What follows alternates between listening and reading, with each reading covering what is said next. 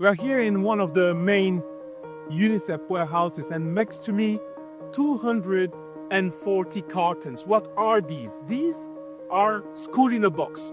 These boxes contain everything that is needed in terms of school furniture.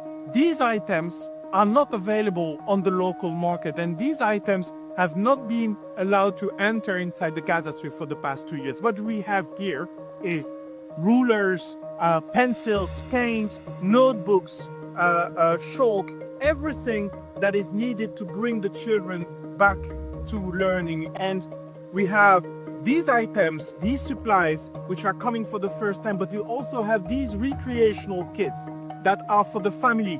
We have toys, we have balls and a piece of clothes that are used for the children to have recreational activities which are essential for their mental health, so that children can learn and they can play. They can do what children should be able to do in the Gaza Strip every day.